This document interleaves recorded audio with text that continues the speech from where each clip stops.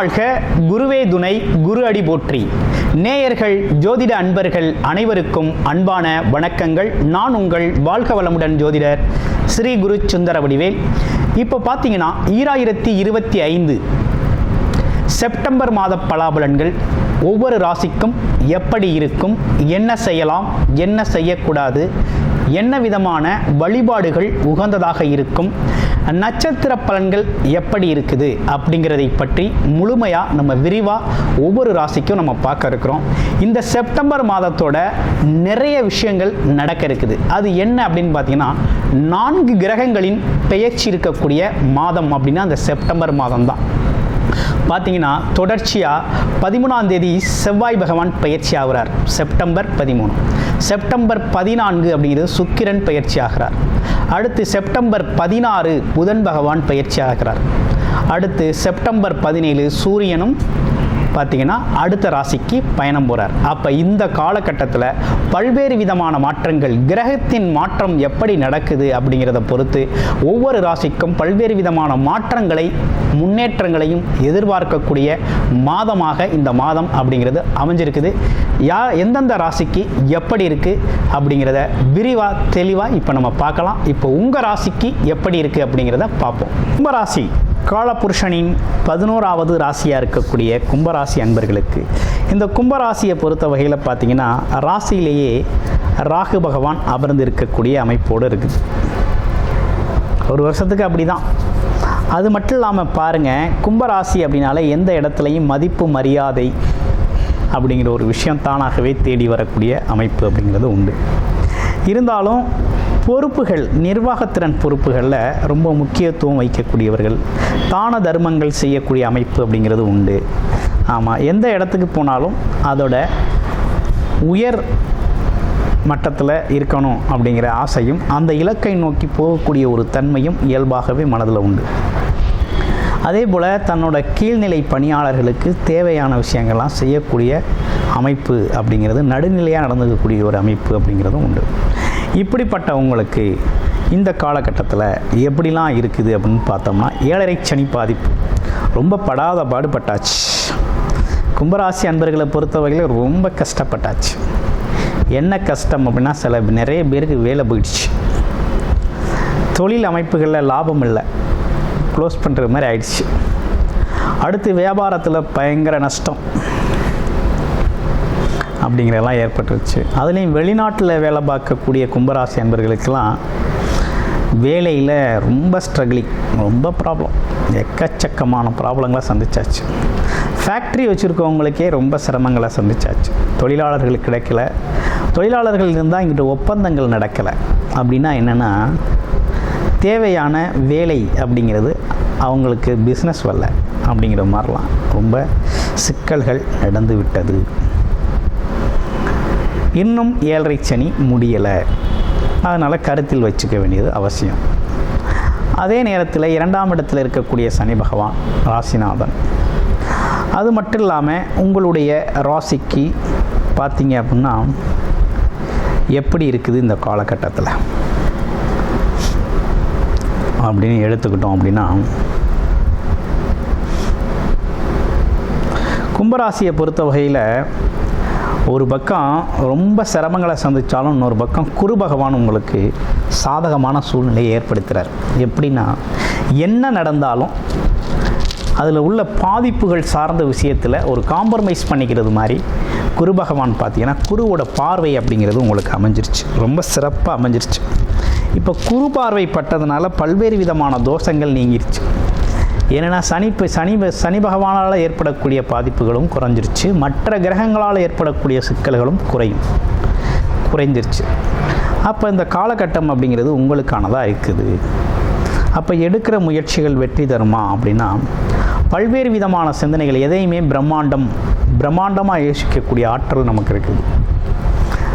எதை செஞ்சாலும் பெருசாக செய்யணும், எங்கே வேலைக்கு போனாலும் பெரிய ஜாபில் போய் உட்காரணும், ஆமாம், எதை பண்ணாலும் நேர்த்தியாக பண்ணணும் அப்படிங்கிறது நம்மளோட அமைப்பு. வெளிநாடு வெளியூர் போகணும் அப்படின்னா ரொம்ப நல்லாயிருக்கும்.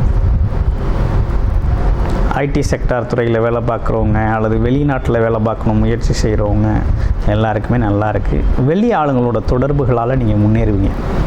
மாற்று மொழி பேசுகிறவங்களால் நீங்கள் உங்களுக்கு வந்து உதவிகள் கிடைக்கும். வேறு லாங்குவேஜ் பேசுகிறவங்களால உங்களுக்கு உதவிகள் கிடைக்கும். ஆமாம், இடமாற்றம் அப்படிங்கிறது உறுதியாக இருக்குது. வேலைக்காக தொழிலுக்கான இடமாற்றங்கள் ரொம்ப உறுதியாக இருக்குது. அது மட்டும் இல்லாமல் முயற்சிகள் கை கொடுக்கும். இனிமேலுக்கு எந்த முயற்சி எடுத்தாலும் உங்களுக்கு அந்த முயற்சிகளில் வெற்றி கிடைக்கும் அப்படிங்கிற நல்ல அமைப்பு இருக்குது. இதில் ஒரு முக்கியமான விஷயம் என்னென்னா, 7ஆம் இடத்துல கேதுவும் 7ஆம் அதிபதியும் அங்கேயே இருக்கிறாங்க. இப்போ என்னென்னா, ஃபேமிலி செக்டாரில் தான் நம்ம கொஞ்சம் கவனமாக இருக்கணும். ரிலேஷன்ஷிப்பில் தான் ரொம்ப கவனமாக இருக்கும். கணவன் மனைவி, நண்பர்கள், அப்பா அம்மா, அண்ணன் தங்கை, தம்பி, இப்படிப்பட்ட உறவுகளில் கொஞ்சம் பார்த்து கவனமாக இருக்கணும். வீண் விவாதங்கள், அதே நேரத்தில் கொஞ்சம் விட்டு கொடுத்து போகணும். போக வேண்டிய அவசியம் இந்த செப்டம்பர் மாதம் முழுக்கவே இருக்குது. கொஞ்சம் பொறுமையாக தான் போகணும். ஏன்னா பல்வேறு விதமான பேச்சுக்கள் வரும். அதனால் அதெல்லாம் கொஞ்சம் காதில் வாங்கி பொறுமையாக சகிப்புத்தன்மையோடு இருக்க வேண்டிய காலகட்டமாக இந்த காலகட்டம் அப்படிங்கிறது இருக்குது. அதே நேரத்தில் மனைவியோட உடல் ஆரோக்கியத்தை கொஞ்சம் கூடுதல் கவனம் அப்படிங்கிறத எடுத்துக்கங்க. அது ரொம்ப நல்லது. அப்புறம் குழந்தைகள் அப்படிங்கிற ஒரு விஷயம் ரொம்ப நல்லா இருக்குது. குழந்தைகளோட அமைப்பும் நல்லா இருக்குது. குழந்தைகளை வெளிநாட்டுக்கு படிக்க அனுப்புறது, வேலைக்கு அனுப்புறது, குழந்தைகளுக்காக ஒரு முயற்சி எடுத்தது எல்லாமே சக்ஸஸ்ஃபுல்லாக இருக்கும். குழந்தைகளும் இந்த காலகட்டத்தில் உங்களுக்கு உதவிகரமாக இருப்பாங்க. அந்த விஷயம் ரொம்ப நல்லா இருக்குது. உடல் ஆரோக்கியம் எப்படி இருக்குது அப்படின்னு பார்த்தோம்னா, உடல் ஆரோக்கியம் சார்ந்த விஷயங்களில் கொஞ்சம் கவனம் எடுத்துக்கணுங்க. அடிவயிறு சார்ந்த பிரச்சனை, வயிறு, குடல் சம்மந்தப்பட்ட பிரச்சனைகள், இதெல்லாம் கொஞ்சம் கவனம் வேணும். அப்போ சாப்பிட்ற உணவு மேலே கொஞ்சம் அக்கறை வேணும். உணவுகள், துரித உணவுகளில் பார்த்தீங்கன்னாக்க உங்களுக்கு எது மிகச் சரியானதாக இருக்குது அப்படிங்கிறத பார்த்து சாப்பிட்றது ரொம்ப நல்லது. அப்படி பண்ணுறது தான் உங்களுக்கு நல்லது. ஏன்னா உணவு சார்ந்த விழிப்புணர்வு அவசியம். அதே போல் டைமிங் ரொம்ப முக்கியம். ஏன்னா வயிறு சார்ந்த விஷயம், நரம்பு சார்ந்த விஷயம், சூடு, ஓவர் ஹீட்டு, இந்த மாதிரி விஷயங்கள்லாம் வந்து உங்களுக்கு அடிவயிறு சார்ந்த பிரச்சனைகளை உருவாக்கும். அதனால் அது சார்ந்த விழிப்புணர்வும் கவனமும் எடுத்துக்கங்க. எண்ணெய் ஆயில்மெண்ட், அதாவது எண்ணெய் தேய்க்கிறது உடம்புல வந்து பார்த்திங்கன்னா எண்ணெயை கொஞ்சம் சேர்த்துக்கங்க. எண்ணெய்னா என்னென்னா நல்லெண்ணெய் சொல்லுவாங்கள்ல, நல்லெண்ணெய் தேய்ச்சி கொஞ்சம் உடம்பில் கொஞ்சம் ஹீட்டு, வெப்பத்தை குறைச்சிக்கிறது அப்படிங்கிறது ரொம்ப நல்லது. குறைச்சிக்கிட்டிங்க அப்படின்னாக்க கொஞ்சம் வயிறு சார்ந்த இஷ்யூஸ் இருக்காது. அதே போல் உணவுகளும் கொஞ்சம் மிதமான உணவுகளை எடுத்துக்கணும். அடுத்து பாருங்கள், வேறு என்ன விஷயங்கள் இருக்குது அப்படின்னா, முதியவர்களுக்கெல்லாம் எப்படி இருக்குது அப்படின்னா, முதியவர்கள் இந்த காலகட்டத்தை பொறுத்த வகையில் எதுவும் புது முதலீடுகள் செய்யலாமா அப்படிங்கிறதெல்லாம் சில பேருக்கு யோசனை வருது. முதலீடுகள் சார்ந்த விஷயத்துக்கு ரொம்ப சாதகமாக இருக்கா அப்படின்னா, செப்டம்பர் மாதம் 17ஆம் தேதிக்கு பிறகு தான், 17-18 தேதிக்கு பிறகு தான் இது சார்ந்த விஷயத்தில் நீங்கள் முடிவெடுக்கணும்.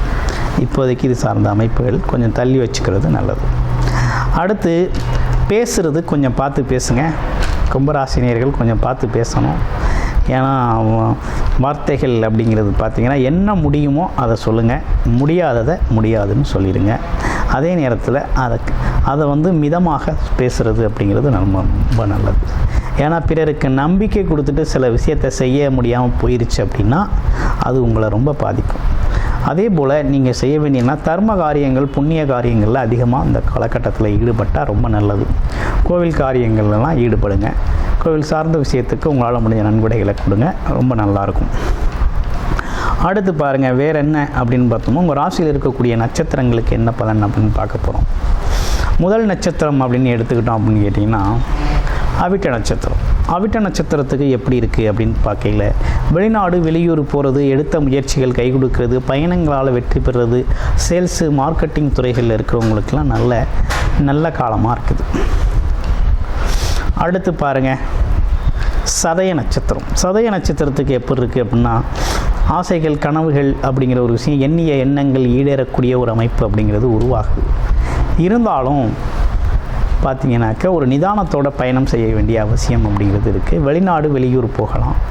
ஆமாம், அது மட்டும் இல்லாமல் பார்த்திங்கன்னா தொழில் சார்ந்த வேலை சார்ந்த அமைப்புகளில் கொஞ்சம் கூடுதல் கவனம் அப்படிங்கிறத எடுத்து செயல்படுங்க, ரொம்ப நல்லாயிருக்கும். பூரட்டாதி நட்சத்திரம். பூரட்டாதி நட்சத்திரத்துக்கு எப்படி இருக்குது அப்படின்னு பார்க்கையில், குலதெய்வ கோயிலுக்கு அடிக்கடி போயிட்டு வாங்க. குரு பகவான் வழிபாடு அப்படிங்கிறத பண்ணிக்கோங்க. குழந்தைகளோட உடல் ஆரோக்கியம், குழந்தைகள் சார்ந்த விஷயங்கள்லாம் ரொம்ப நல்லாயிருக்கும். குருமார்களோட சந்திப்பு உங்களுக்கு மிகப்பெரிய ஆற்றலை தரும். ஆமாம், உங்களுக்கு நம்பிக்கை தரக்கூடிய அமைப்பு அப்படிங்கிறதெல்லாம் இருக்குது. அப்போ முன்னேற்றமான காலகட்டம் அப்படிங்கிறது இந்த காலகட்டத்தில் இருக்குது. இருந்தாலும் என்னென்னா, உங்களுடைய பிறப்பு ஜாதகம் சப்போர்ட் செய்யணுங்க. பிறப்பு ஜாதகத்தில் நல்ல தசாபுத்தி அமைப்புகள் இருந்தால் மட்டும்தான் நல்ல விஷயங்களையே அனுபவம் செய்ய முடியும். அப்போ பிறப்பு ஜாதகத்தின் தசாபுத்தி அமைப்புகள்லாம் எப்படி இருக்குது, இந்த காலகட்டத்தில் கோச்சார நிலைகள்லாம் இப்படி இருக்குது. அப்போ கிரக நிலைகள் நீங்கள் பிறந்தப்போ இருந்த கிரக நிலைக்கும் இப்போ இருக்க கிரக நிலைக்கும் எதெல்லாம் மேட்சிங்காக இப்போ வரையில் நமக்கு நல்ல விஷயங்கள், எந்த செக்டாரில் நம்ம முயற்சி பண்ணணும், எது சார்ந்த துறைகள் நமக்கு சரியாக இருக்கும், வேலை தொழிலுக்கான முயற்சி எடுக்கிறதா, இல்லை குடும்ப அமைப்புகளில் ரிலேஷன்ஷிப்பை சரி பண்ணுறதுக்கான முயற்சி எடுக்கிறதா, இல்லை பார்த்தீங்கன்னாக்க படிப்பு சார்ந்த விஷயங்கள் குழந்தைகளுக்கான முயற்சிகள் எடுக்கிறதா, எது அது அப்படிங்கிறதெல்லாம் பிறப்பு ஜாதகத்தின் அடிப்படையில் நீங்கள் பார்த்து இதோட இப்போ இதில் இருக்கக்கூடிய சாதக பாதகங்களோடு ஒப்பிட்டு நீங்கள் பயன்படுத்தினீங்க அப்படின்னா ரொம்ப சிறப்பாக இந்த காலகட்டத்தை கடந்து போகக்கூடிய நன்மைகளோடு கடந்து போகக்கூடிய அமைப்பு அப்படிங்கிறது உருவாகும். நன்றி, வணக்கம், வாழ்த்துக்கள்.